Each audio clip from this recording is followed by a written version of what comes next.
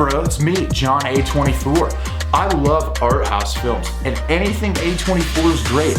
Got my tattoo appointment booked. I'm gonna get an A24 tattoo right here. A little midsummer action up here. Maybe a hot summer nights tattoo on my back. Fucking love A24, bruh. Oh, hello guys, that was my alternate personality, A24 guy, which, you know, I personally am a big fan of A24. As much as I poke fun at the people who like say, which film has A24 vibes? A24 is a production company. They're just a really fucking good production company that picks great movies to port and to put their money into. Sometimes they pick some stinkers. And today I'm gonna talk about one of the stinkers, and I'm sorry if I offend anybody with this movie review. I really didn't. I did not like this movie very much, and if anyone can try to talk me into liking it more, by all means, I'd love to have a discussion about it. And what I'm going to talk about today is the 2021. The movie was supposed to come out in 2020, came out in theaters 2021. COVID has fucked us all in ever understanding what year a movie's going to come out. But yeah, the 2021 film, Zola. So Zola is directed by Keough, who I think is a really awesome human being. She's done a lot with the Criterion Channel. She really seems to be someone who has a passion for filmmaking and cares about the community, and I think that's really awesome, and she's someone who I'm willing to support. I just don't think after watching Zola that her material is necessarily for me. I watched her directorial debut, Lemon, a while back, and I would say that it's probably one of my least favorite movies I've ever seen. It was really grating to me. I felt like all the performances were really bad. The dialogue was not good. The movie was bland and boring. I really wanted to enjoy it because I think Brett Gelman is a genius. I love his style of comedy. There were so many great cast of characters in that movie, but it didn't work for me, and I feel like it's because Keough really likes to juggle multiple concepts in her film, which I'll talk about in Zola, and that it doesn't work because it's so scatterbrained in what it wants to convey that by the time that the punch is supposed to be there, where it's supposed to emotionally resonate with you, it doesn't really work, and I'll go into that a little bit. So Zola stars Riley Keough and Taylor Page, who I think are both fantastic actresses, and they both give amazing performances in this movie. That's probably one of the strongest suits of the film to me. I am a huge fan of Riley Keough. I watch pretty much everything that she's in. I think she's one of the most interesting and fantastic actresses in Hollywood, and she's really gotten this like white trash from the South stripper vibe down between this and American Honey. She clearly likes to do this role, even though she clearly in real life is nothing like this caricature that she's painting in this movie. She really gives a great performance. It's a little hokey at times, but it works. Taylor Page is phenomenal. She's pretty much the star of the show. I thought she was fantastic. She did a great job.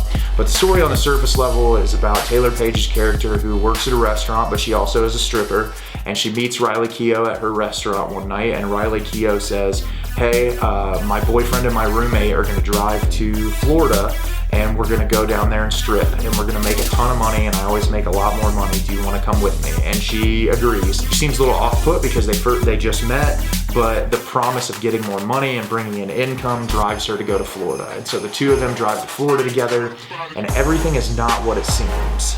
So yeah, this movie tries to juggle real heavy subject matter with comedy, and that's where I feel like the movie doesn't work. The pacing is also really weird for a movie that's an hour and 25 minutes. There's a lot of dragging moments, and I understand this is based off of a series of tweets that were submitted by Zola, who really experienced this situation, and I'm sure the story is fascinating. I've never really read up into it. And obviously as a director, you're trying to translate this story into a film. The presentation is really nice. There's some cool moments where like time is done like a cell phone screen. There's a lot of cool moments like that where it's telling you how the night's going, but there's so little weight invested in the things that are going on. And it just doesn't work for me, where by the third act, you're supposed to care so deeply for these characters and understand their struggles and want to worry like for them and care for them. But because of how much of a tonal mess this movie is, I just found myself not caring, which is a bummer because I think the performances are really great. So yeah, I'm going to talk about spoilers a little bit. I'll put a line code here to let you know when to skip to, because I don't want to give away the movie if you're really interested in watching it. If you've seen it already, feel free to watch it. If you don't care, go ahead and watch it. Yeah, essentially what Zola learns is that Riley Keough's character has come down there not really to strip, but to be a sex worker. And the roommate that she's come down with is actually her pimp. And he takes them to a hotel room. Zola tells him that she's not going to have sex, but he tells her that she can't leave and that she's going to be in charge of making sure that Riley Keough's okay and that no one takes advantage of her. And she spends the night having sex with all these people. Zola tells Riley Keough that she's not making enough money, so tells her to like up the price so that she'll make more money. The guy comes in after she's done, takes a bunch of the money away from her. And the movie kind of just is about that experience of seeing her as a sex worker and the things that have happened, and then this pimp who is trying to control them, and that's where the movie takes off to in the third act. The tonal shift is so drastic in this movie, and I think that's why it doesn't work for me very well. And the sequence where she's having sex is really elongated, and the thing is sex work is such a delicate subject matter because I am someone who personally thinks that sex work should be legal, which I know that that's probably a really hot topic, and you know, there's a lot of discussion to be had, but like if people are comfortable in their own skin and that's what they want to do with their lives and they're being safe and they're being taken care of and they think that's the line of work they want to be in, they should be able to do what they want because it's your life. You should be able to live and do what you want as long as it's not going to physically harm yourself. And so whenever a movie looks at sex work, I'm always really interested to see the perspective. And that's what I had kind of a hard time with this movie is the portrayal of sex work in this movie. I can't tell whether it's damning of it, if it's looking at it from a very specific angle, because obviously, you know, dealing with a pimp and he's very abusive and he's an awful person and he's not someone who's likable and he makes a lot of really horrible decisions. And that was difficult for me because, you know, clearly this movie is damning of the circumstances, and this is a specific circumstance in someone's life that Keough Bravo is just portraying. But with a subject matter like that, it's really difficult to see where it's going or what its perspective is on it, and that's why I didn't love it 100%, because I was left thinking about these things and having thoughts about that, and it was rough for me to process that information. Also, the character of the pimp has this thing where he goes into these accents, and I can't understand whether that's Keough Bravo's exaggerated caricature of this person or if it was actually happening where he was slipping into this like persona. I couldn't really tell. It was difficult for me and it was really jarring. And for someone who likes surrealism and I like content that's a little off-putting, it just didn't work. There's also these moments where she'll cut into these scenes that are supposed to be inside of Zola's mind, I'm assuming, like towards the third act when this really intense scenario is happening. There's this like weird lighting effect that happens around her head, which I'm guessing is like her zoning out in this moment. But I feel like for a story like this, that doesn't work. And then there's this scene where it shifts to Riley Keough's perspective for a brief moment. It just feels really jarring and like it's unwarranted. It doesn't really add anything to the film to know that she's like trying to say that Zola's character is lying. It's weirdly paced and I just don't like that part of the film. The third act, there's a scene depicting sexual assault. It's really disgusting and makes you feel really grimy. And I thought it was conveyed well and that the scene was done with a delicate touch. But what really kind of made me dislike the film even more was this horrible thing has just happened to Zola's character. And you feel for her in that moment because sexual assault is horrible regardless. In any circumstance that someone is being taken advantage of to the point where their humanity has been stripped away from them, it's terrible.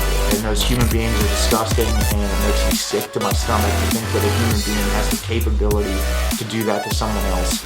And when you're depicting it in cinema, you have to be very delicate with the way you show it. And they do it really well. But the problem that I have is after it occurs and they leave, it immediately cuts to like something that I feel like is supposed to be portrayed comedically, and then they get in the car to drive off. and they blare this like really loud rap song that's like so off-putting for the circumstance that just occurred. And I understand in film you don't have to convey an emotion with music, but I feel like with something like sexual assault that's handled more delicately, it just didn't pay off. Like I had a hard time staying invested because something horrible had happened to this character, but the tone shifted so drastically after this horrible circumstance had happened to this person that it's just like, okay, do you want me to sit with that for a long period of time? Do you want this to resonate with me? Because there's another moment where they're driving in the car and they drive past a police car who has a person pulled over, and it's clearly like portraying police brutality, but it's such like a small moment in the film, and with everything else that's occurring, it just feels like trying to put something into a movie where you're like, okay, I want to talk about this theme and this theme. And like I said, I think Janixa Bravo is a really great human being who has a lot of important things to say.